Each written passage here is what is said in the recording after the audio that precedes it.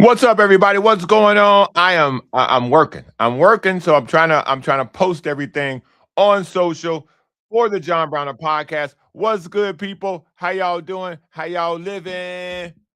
Happy Friday, or as we now know it to be Happy Drake Day, because he releasing like a 50,000 albums. What's up, man? We got a lot on the show today. I know some of y'all probably seen the thumbnail. If you haven't seen the thumbnail, we're talking about how ugly the Padres were yesterday. We're talking about the NFL schedule, and around 10:30, I think it is, around 10:30, we're gonna do some more SDFC talk. So apparently we're lucky. We talked SDFC, and guess what? Magically, 5-0. So I really feel like it's my civic duty.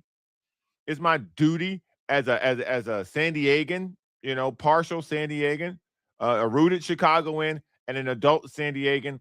This is my civic duty to talk about SDFC again in hopes that it leads to another win. So Coach will be back around 10:30 so we can, dive back into this and he can talk about what went right and why the score was 5-0. So just so y'all know, I think it's luck. But you won't know till you do it again. But we'll get to that. It is an interesting day.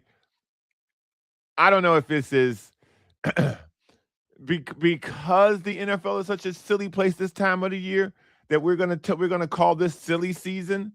But like I said, we'll get to that. But as always, if you want to be a part of the show, if you want to do what Coach is doing, if you want to do what other people are doing, head over to the John Browner podcast at gmail.com. You email me, I'll get you on the show. There's an email in there I need to read at some point today. So probably toward the end of the show, we'll read some emails that are in there about what they thought about things that have happened, but they don't want to come on camera. Also, in addition to that, let's continue the march to 300, y'all. Let's continue the march to 300. Let's get to 300 subscribers. We are grinding this thing down, and we're trying to see how close we can get today to 300 subscribers. Again, that is kind of my face. That is definitely not my body. Kind of not really. In addition to that, I don't know if you guys heard this because this was probably later on the show, but your boy has been picked up. Shout out to the people at the Sporting Tribune. I did a pod with them last night. This show now airs on the Sporting Tribune's Twitter feed. So shout out to all the people at the Sporting Tribune. Shout out to Ross Merkazi and all the guys for having me on last night. It was an awesome conversation. If you like basketball, I encourage you to check out the conversation we did last night. It's over on the Sporting Tribune page. Check it out. We talked about the Clippers. We talked about the draft. We talked about a lot on that show. And so I'll be a fixture in and out on the Sporting Tribune as well, in addition to being a live show on their X feed or Twitter feed, whatever you're referring it to as. So shout out to them for picking your boy up. So the show is starting to get some steam, and people are starting to want to be a part of the show. And I'm ecstatic that I'm a part of their audience, and vice versa, man. But let's get to work here. Let's get to work here on the show. Like I said, hold on, let me get a close look. I'm trying to see which one of these I want to do first. That was ugly. All right, let's start here. That was ugly. And by the way, when we get to the NFL schedule, I'll ask you guys whose schedule you want to go down, and we'll go down that schedule if because the schedules are just kind of, like I said, it's silly season. But last night was ugly. Yesterday was ugly. So we had a conversation on the show. Would we or should we do a live watch? And then I had the Sporting Tribune, and I had them on their first day, and I didn't want to spend that doing a live watch. So I decided to punt the live watch to another time. God, I'm glad I punted that live watch to another time. That might have been the ugliest game Dave had this year. I mean, it was gross, man. It was gross. The lack of attention to detail, now they said the shadows were a problem, but this isn't their first time playing in that stadium. This isn't their first time playing at that time in the stadium. I get the Brewers have an advantage because they play there every year. They play all their games there, so they know the shadows and they know the time and all these other things of the effects of the time when they're playing. I get all that. But you got to be professional. That wasn't the only mistake that they made. There was a mistake in left field. There was a mistake in right field. There was a bunch of fielding errors in a game where it just really felt like they were ready to go. It felt like that was a game where the team was just ready to get the hell out of there. And again, there's 162 games. So the idea is never to overreact because you're gonna get some of those. You just are. But again, not getting too many of those. You're gonna get tired of me saying that, but I'm telling you to not get too many of those. They are now in Seattle. Seattle is 22-23. Seattle doesn't have the same energy and motion like they had last year. Seattle had something cooking last year. Kyle Raleigh's struggling, and the team they didn't pick up where they left off. And so now at 22-23, the Padres head up to Seattle. Games today at 6:40.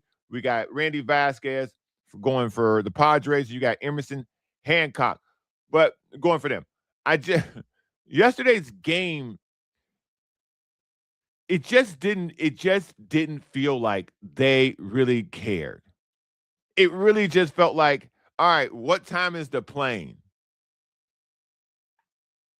I mean, if you watched it, I'm assuming some of y'all watched it. It really felt like, hey man, what time's the plane coming? I don't know if you want to keep starting Cannon. I don't really, whatever. I don't know if you want to keep starting him, but you don't have anybody else to start. And so the Padres are in a very, very sticky situation. We talked about this over and over at nauseum, it feels like, with their starting pitching. But it's one of those where you got to throw out what you got, man. You really do simply have to throw out what you got because his ERA is now at 10. He gave up 6 runs in an inning and a third. 64 pitches in 2 innings. You can't rebound from that. You can't rebound from giving up 6 runs in 2 innings. So you don't have to be dominant. You don't have to be king of the hill. You don't have to be a Cy Young candidate. Nobody's asking anybody to do that for the Padres. You're just asking you to be competent. Be competent. This is putting me back in a space where when it came to pitching, we were just asking guys, just make it out of the 4th inning. Just register a start, man. Just get it out of the 5th inning. And the starting staff, again, I love the pitching staff. I love the bullpen. Y'all already know how I feel about the closer. So the finishing touch on this team is the pitching staff, the starting staff. There has to be a way to put either some young arms in there, because to me, this is the young arm situation. This is whoever you got in the minors. I don't want to hear anything about service time. If you got 3 pitchers in the minors that you feel could at some point pitch in the major leagues, this is the time. And again, what they've managed to do up until this point has been pretty impressive. What the Padres have done with the pitching staff has been pretty impressive. But now we're at the point of the season where, because let me get this straight. 30, what is that? 40. We're 43 games into the season. So now we've had a lot of rotations. We've had a lot of rotations. Let's see what these younger guys can do in the bullpen, because it can't be anything worse than what you got yesterday. And if it is, you send them back down. But Cannon's supposed to be a major league starter. He's supposed to be a major league starter. Listen, so look at this from the comment section. It didn't help that our starting pitching put us in a 6-0 hole by the 2nd inning. Yeah. Yes. And by the way, the offense in this particular series hadn't been great. Gavin Sheets saved you pretty much with the 3-run shot in the 9th inning last game. So it's not like you've had this great run of offense. They lost the first game of the series 6-4. They won on a 9th inning home run by Gavin Sheets 3-1. And then they won, and then they lost yesterday 7-1. So it's not like they went to Milwaukee and turned it into home run alley. They didn't manufacture a lot of runs out there. So we're going to have to find another way. And again, I think AJ Preller has been phenomenal. Again, the Padres season so far, they fixed their outfield issues. So from end to end, the outfield is great. From end to end, the infield is great. Now, those guys hitting is a different story, but there's no space to bring in another everyday guy. To me, I want to see Song a lot more. We want to see what happens with Cronenworth. You got to bring him back in a utility situation. I don't think he goes back to being a full-time second baseman. I think he's in a utility situation. I don't want to see Bryce Johnson ever again. This is my opinion. I don't ever want to see Bryce Johnson again. I'm okay with that. I'm okay with not seeing him. If somebody gets hurt, if you need somebody in a pinch, okay. But I don't ever want to see him starting. I don't want to see the lineup come out, and I don't want to see Bryce Johnson's name in it. In my opinion, I don't want to see that. There's too many other options. When you get Cronenworth healthy out of the concussion, you got too many options of what to do than to go back to Bryce Johnson. I'm sorry. I know that's a personal opinion of mine, but I'm good. I'll pass, man. I'll pass. So again, I'm not upset with the way that they've managed the ball club. I think they've been very good with what they have. The lack of hitting, the waves of hitting, because they've had some games where they just blew people out of the water. So the wave of hitting is baseball. And again, at a 162 game schedule, you're going to keep hearing me say a couple things. You're going to hear me repeat a couple things. One of the things you're going to hear me repeat constantly is that it's baseball. The NFL released their schedule. That's different. That's completely different. When you see me talking about football, after 3 games, it's panic mode. Because they're only 17 and 18. I think it's an 18-game schedule, if I'm not mistaken. Yeah. So it's an 18-week schedule now in football. You can freak out over that. Over a 162-game schedule, let's freak out. A whole lot less freak out. But where they're at in their schedule, 40-something in a 40-game range, I think it's time that we start looking at some options of arms that they have in the minor leagues. Because these bullpen days, Matt Waldron got smoked in the bullpen day, and then you run Cannon out there, and he basically gives you next to nothing, if nothing at all, but giving up 6 runs in 2 innings.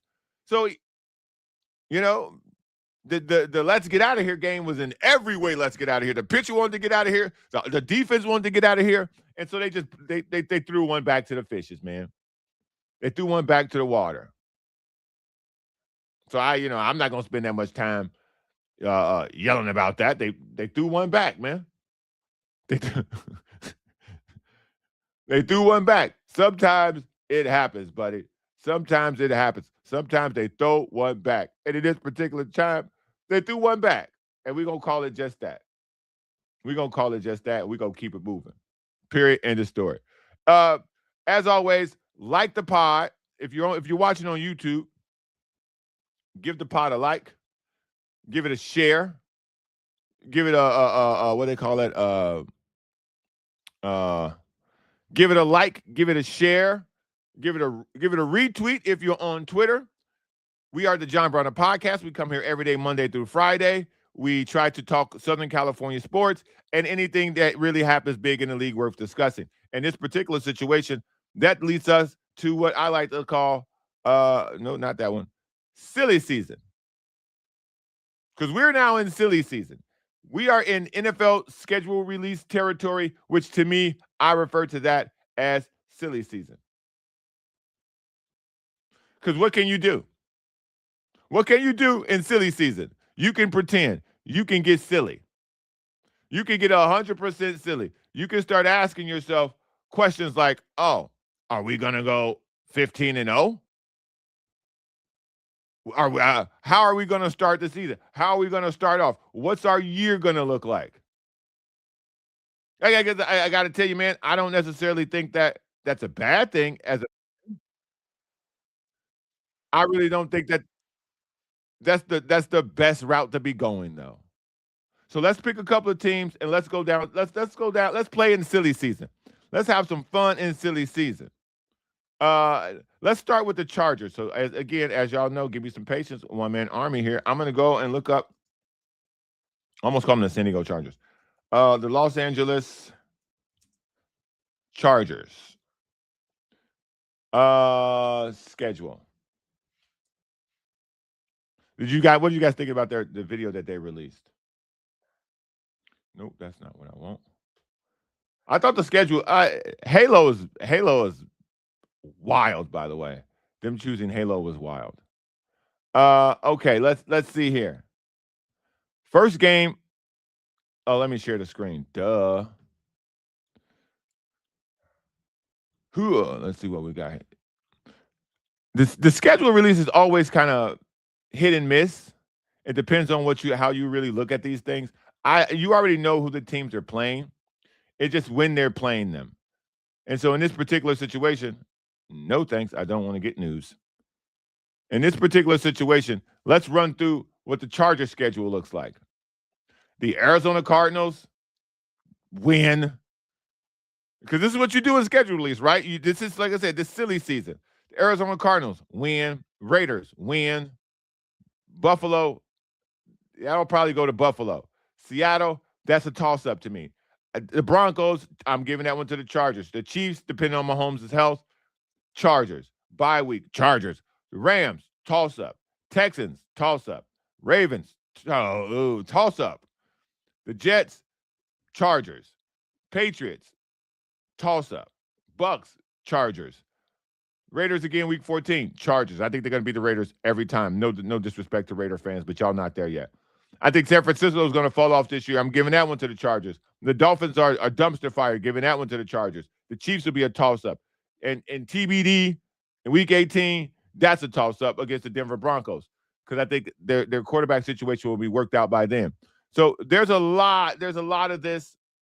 There's a whole lot of this that really feels like it's a hit and miss. A lot of this feels very, very hit and miss when it comes to what the Chargers schedule looks like. So I don't know. If you guys are out there and you think that I know some of y'all don't want to talk about the Chargers. So let's ask that question about the Rams. Okay, so let me go look at the Rams now. Rams schedule. I don't recall seeing the Rams. I don't recall seeing the Rams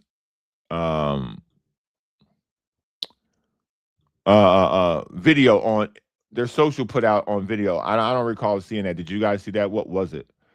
I saw that. I mean, obviously, I saw what the Chargers did. I thought that was hilarious with Halo. But you got to really be a person of my age to really understand what a Halo was. But all right, let's go. Let's see what we got here. This is the Rams. Again, I believe that we're going to see a massive fall off from the San Francisco 49ers. So I'm going to go first game. I think the Rams will be able to win that one. I think the Giants are going to be improved under a new coach, but I don't think they're ready for a game like that, second game of the season. I think the Rams are better than the Broncos. I think the Rams are better than the Eagles. Again, I love Buffalo this season. I'm going to go this is a toss-up. I think they're better than the Cardinals. Y'all already know how I feel about the Raiders. I think this game right here will be a toss-up. Depending on the health of Jaden McDaniels. That's the guy who plays for the Timberwolves. But y'all know who I'm talking about. The quarterback, depending on his health for the Commanders, I think that'll be a toss-up because I really like them. This goes to the Rams. Packers, Rams. I like the Rams over the Packers. I think the Packers are going to have some fall off this year. We don't know what's going on with Michael Parsons' knee tear. I don't know the reports that he won't be back by the start of the season, but again, this is at week 12, so there's no telling. Toss up between the Chiefs. Again, I think they'll be able to beat the 49ers easily this year. I think the Cowboys are the most overrated team and franchise in the history of sports, so I think they'll be able to overcome them as well. They always play well against the Cowboys, actually, now that I think about it. And the dogfight in week 16 against the Seattle Seahawks, that's always to be expected. I expect for them to be able to beat the Tampa Bay Bucks. And I don't know why the NFL set them up like this to put these two dogfights in the last 3 games of the season, but there you have it. So Of those teams we looking at in silly season, I I think from that perch, the Rams look like they're going to have a very successful season. You guys know I'm a Bears fan, but I'm not going to go down the Bears schedule. Listen, Raiders versus everybody. Look, I gotta be honest. Listen, I'm here to be honest, man. I'm here to be honest, and I'm telling you right now, what the Raiders are going to be facing this season is all uphill. Fernando Mendoza is a good quarterback. Is he a franchise quarterback? Bringing in Kirk Cousins, to me, I've already told you, I think he's an advanced version of Kirk Cousins. I think he is a better version of Kirk Cousins. So to have him as your backup, saying that you're going to start him for the first couple of weeks, that's already silly to me to begin with. There's no reason for you to not start Fernando Mendoza, period. You're going to gain nothing by having him watch for the first 4 weeks. In football, in this particular sport, that position now in modern day NFL, that person needs to play. That person needs to be on the field of play. Period. End of story. Quarterback's got a quarterback. You can't learn how to quarterback watching. And I hope that the Raiders will understand this in camp and they'll get this kid on the field as fast as they can. Any snap wasted given to Kirk Cousins is a snap wasted that Fernando Mendoza should be having. So good luck. Good luck, Raider fans. The longer y'all spend dilly-dallying with Kirk Cousins, the harder it'll be for you guys to really find out what you have in Fernando Mendoza. Let's see.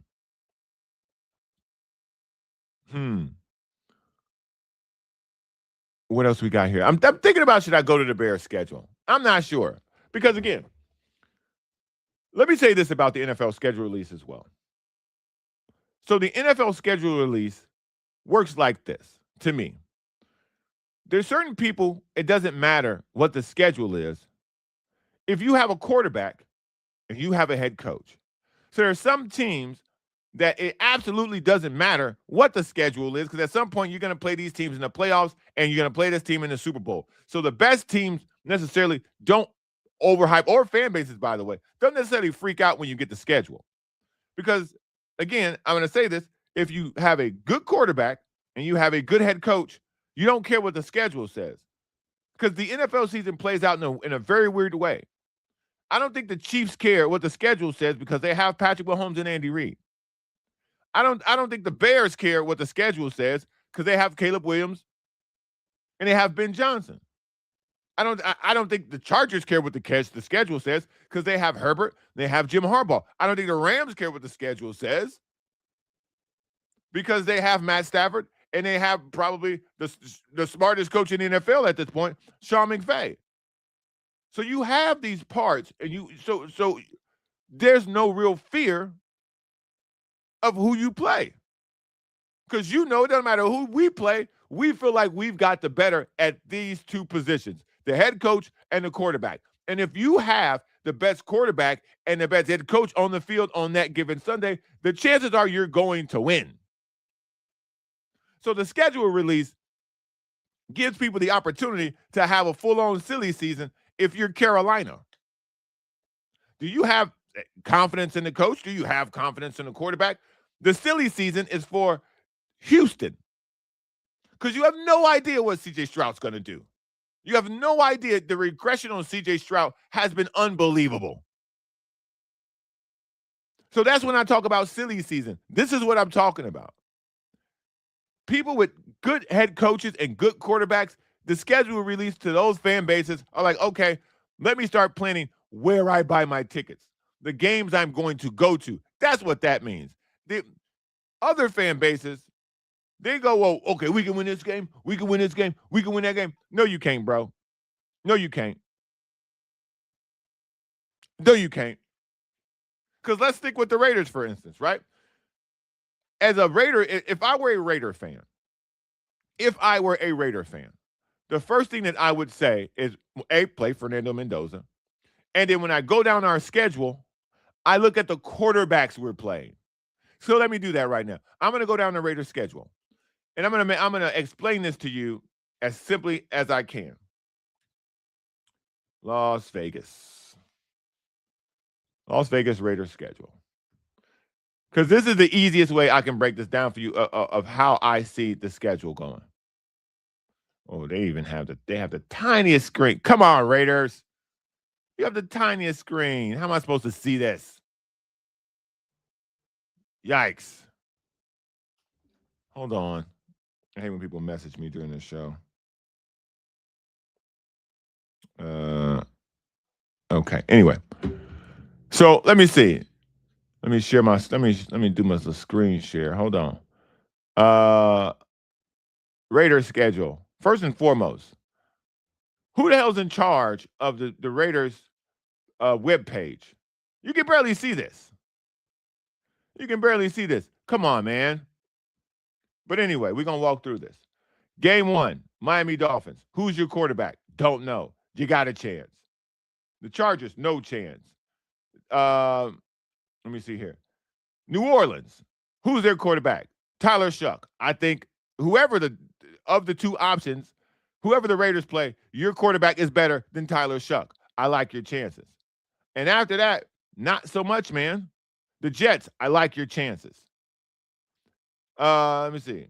Cleveland, I like your chances. Tennessee, I like your chances. Arizona, I like your chances. So they have an opportunity. They have an opportunity to really bank some wins at the end of the year for Fernando Mendoza. And that's really the main point of what I'm saying is of why you have to start him. Because the best game you can win to start the year is against the Dolphins. The second you go out there against the Dolphins, that needs to be Fernando Mendoza because you can win that game. Why would you give Kirk Cousins that win? That makes absolutely no sense. Game 1 for the Raiders, the reason you start Fernando Mendoza is simply because you can beat the Dolphins. And if you go winless for another 4 or 5 weeks, it is what it is. But you want to get him on the field against the game you can win. And if you start the season against the Miami Dolphins, you can get Gentry some yards. You can get some catches for the best tight end in the business. And you can see where you go from there. Man. But like I said, it's silly season, man. And so there's a lot out there. There's a lot of people saying a lot of things. But if you're the Bears, it doesn't matter who you play. If you're the Chiefs, it doesn't matter who you play. If you're the Rams, it doesn't matter who you play. Because you have these particular teams, it doesn't matter. Because you got a good coach, you got a good quarterback. It's the other teams where the schedule release really matters. So let's get to this. Are we lucky? Is this show luck? Is this show full of luck? I think so. We had Coach Alex on. We talked some Sdfc. 5-0, y'all. 5-0. So let's get him back in here. And let's talk some more Sdfc and see if we can, I don't know, sprinkle another win in here. What's up, Alex? Let's go, man. That was awesome the other night, dude. So, yeah, we touched on some of those things too. And I feel like they were listening. What do you think? I don't know if they were listening, but it worked. But it 100% worked. Because the number one thing I wanted to see was energy. The number one thing I wanted to see was scoring. And you talked about parking the bus. I didn't see any bus. I didn't see no bus parking in that game. The last game against Austin felt like last year. Correct me if I'm wrong. The game against Austin felt a lot like it did last year, where it was just balls to the wall. Let's put some points on the board, and then we can go from there. Am I wrong? No, you're exactly right. And we talked about them just staying on the gas pedal in the second half. So, we got on the scoreboard early. Dreyer showed up. He popped one in the first half. We're up 2-0 at halftime. And, we could have went to that defensive strategy. And right off of the bat in the second half, they were pedal to the metal. And there was just tons of movement off the ball. And I know you're a basketball guy, and it's similar. Movement off the ball, creating space for yourself. And that's what they did. And they stayed on the front foot. They were dynamic. Dynamic runs in soccer is the equivalent of like cutting to the basket in basketball, right? They were making those kind of slashing runs into the box. And it was awesome to watch, man. It was really cool. So now now that we've supplied them with such good luck, what are we looking at today? Give me some game time. Give me what we're looking for. Yeah, so, honestly, I mean, we got to stay on that front foot. Whoever they had in that back line, those back four, they were solid. Duran Ferree got the clean sheet. He had a big save in the first half to keep it at 1-0, I think, at that point. There was even a kind of a late breakaway for CJ Fodry, the San Diego native kid I was talking about, and Right. he got in behind on a breakaway and shot it right at the goalie, but goalie still got to stop it. So yeah, going into tomorrow, we got FC Cincinnati. They're sitting in 8th in the Eastern Conference. They just came off of a 5-3 loss against Inter Miami, but dude, they went toe to toe with Messi, and the GOAT had to basically take over that game and score a couple of goals and put it out of reach. But I mean, they went toe to toe. It was back and forth. It was a shootout. So, it's going to be a good game. They got a striker named Danke. And this guy is built like he is a force to be reckoned with. So we'll see if the young guys on that back line can kind of deal with him. So I thought that, hold on, I was looking at something. I was doing a little bit of live research. So when you're playing at home tonight, do you think home had something to do with it? Because again, in a lot of sports, so in basketball in particular, I find this not to be the same in football, but in basketball, road trips can really show the team what type of team we have from a character standpoint. I think that works in baseball too, because those seasons are so long and the guys spend so much time together. When you travel in baseball, when you travel in basketball, it's a real team bonding experience. You kind of see guys huddle around each other. You kind of see guys out doing things together, and you kind of see guys leaning off each other, learning off each other's personalities. When you get that in soccer, is it an opportunity to do the same? Or is it easier to just play at home? I mean, I think it's the same thing. I think it's just being comfortable, man. You want to play in your own house, you want to play in someone else's house. And, we're lucky enough to have a 3-game homestand right now. So we had Austin FC, we got Cincinnati tomorrow night, and then we have Vancouver on the 23rd, which is also home. And then we go out to the World Cup break after that. So, it is nice. You're at home, you're comfortable, you sleep in your own bed, you eat at your favorite restaurant. A lot of these people have families, kids. So, that's a dynamic that definitely plays to your advantage. Okay, I like to hear that. So how we looking? Give me a score. I know you got to run. I appreciate you dropping in. Give me a score. Yeah, I think it all depends on what we come out with in our mentality. If Mikey Vera says, "Hey, we are going to go pedal to the metal and we're going to make some late subs and bring on some energy," which is what he did. He didn't ride with that same group down the stretch. Like, he brought in some fresh legs, and those dudes got in the field and they were like, "I'm going to go score." So it was awesome. I think this could be a shootout. I think it's going to be I'm going to go 3-2. We come out on top. But I think it's going to be a shootout. And I'll be honest, I think we even concede the first goal. I think we concede the first goal, and then we wake up and honestly, hopefully tell ourselves, "Hey, this ain't going down like this. We know we can score goals. Let's stick to the plan. Let's stay on the front foot. Let's keep swinging the ball, switching the field, find the weak side." Basketball terminology, weak side would be like that backdoor cut. Who's on that back door? Who's on that weak side? And that's what we did really well. We transitioned and we countered very, very well. So yeah, I'm going to go 3-2. We win on bobblehead night for Anders Dreyer, El Paletero. Ooh. Yeah, man, he's going to be serving it up. I think he gets a goal too. All right, now you got a question. Somebody has a question for you. Can you read? Can you see that? Yeah. All right, that's for you. That ain't for me. Yeah, so Tottenham Hotspur is one of the biggest clubs in the Premier League. They are in danger of getting relegated. They were in danger getting demoted to the next tier down. So you're talking they're going to be playing in the league with teams that have stadiums built for 15,000, and Tottenham's stadium is built for like 80,000. So that just gives you a dynamic. Yeah. That'd be like the Yankees going to play in El Paso, right? So I think they stay up. I think they got a little bit of luck in the last couple of games, like kind of just getting a point even. So we'll see. I think they stay up. All right, y'all. Coach got to go. He just came on to bring the good vibes, man. He told me he can drop in real quick so we keep these vibes rolling for SDFC. All right, Coach. I'll holler at you. Yeah, appreciate you. I'm looking for some tickets right now. I might be taking the fam out to the game tomorrow. So if I'm out Oh, there and y'all nice. see me with the fam, give me a shout. For sure, 100%, man, 100%. Say what's up to the man if y'all see him. That's my soccer guy. That's my soccer guy. He might bring some live footage from the game when he come back here next time y'all see him. That's right. That's right. Hey, have a good Friday, y'all. You too, brother. Peace. Peace.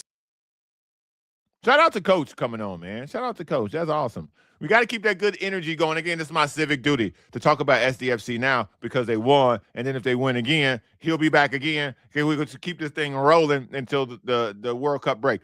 Let's talk about something else, too. The NBA playoffs pick up tonight.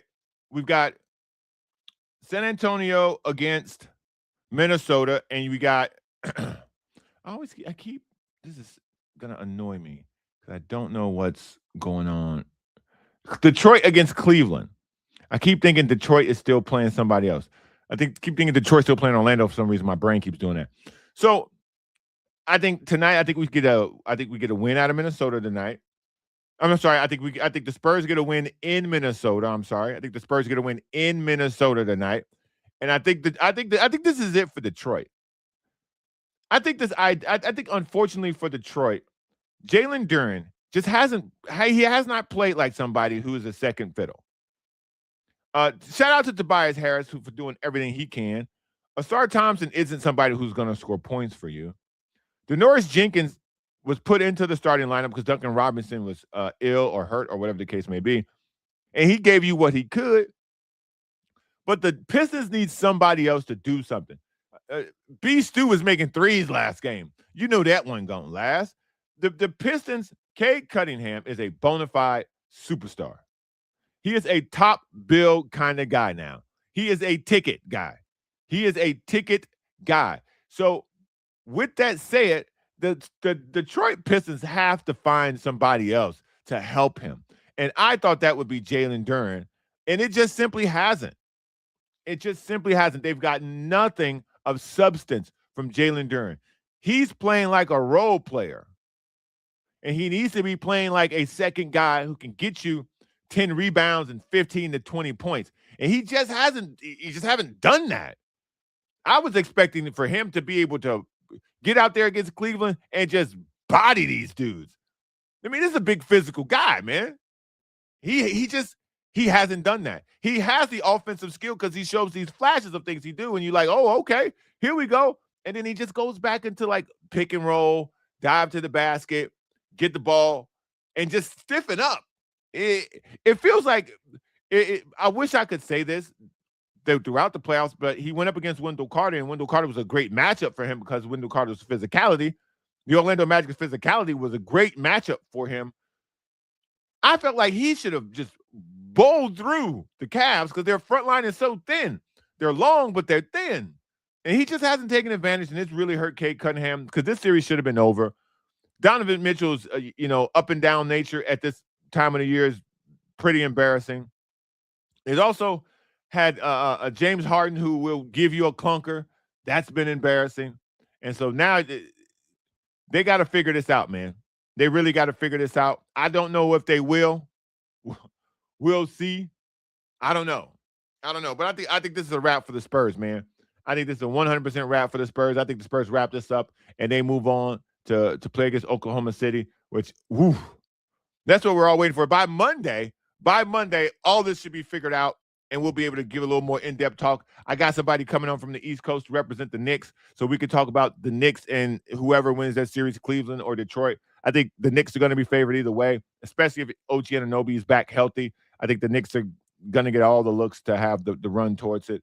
And we'll be able to kind of plot this out. We've got some Padres coming up this weekend. Again, they're in Seattle. We got some Sdfc. So we'll have a lot to talk about when we come back. We've already talked about the schedule silliness. Let's hit some of these. Let's hit some of these comments. This has been JD's third. We've talked about this ad nauseum, buddy. I appreciate you coming. I appreciate you being a part of the show. I appreciate you chiming in.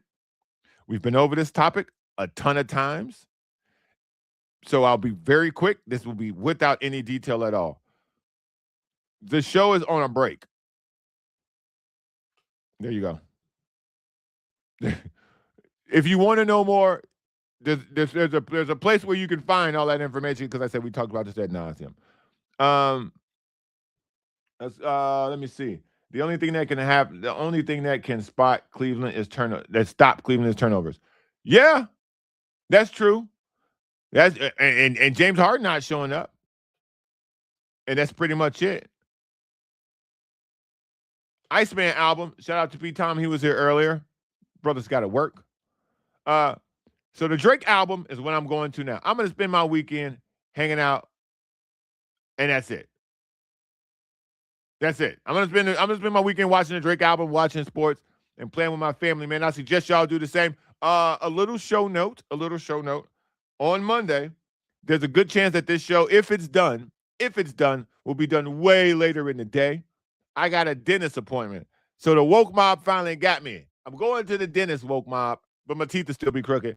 I'm going to the dentist, so I will be I'm getting some work done. So will not be able to talk at the normal speed, but we'll see how I feel. But the appointment's at 9:30, so obviously that clouds the window of this show. So no show on Monday. Again, no show on Monday, but I will be back on Tuesday, and I may give y'all something later in the day. But until then, I'm John Browner. You can always find the show at the back end on YouTube. You can find the show in the podcast form in the iTunes podcast store. And go check out the boy merch store, man. I got a merch store. Go buy some. Got some cheap T-shirts for y'all just to help and support the show. So until then, I'll holler at y'all, man. Peace.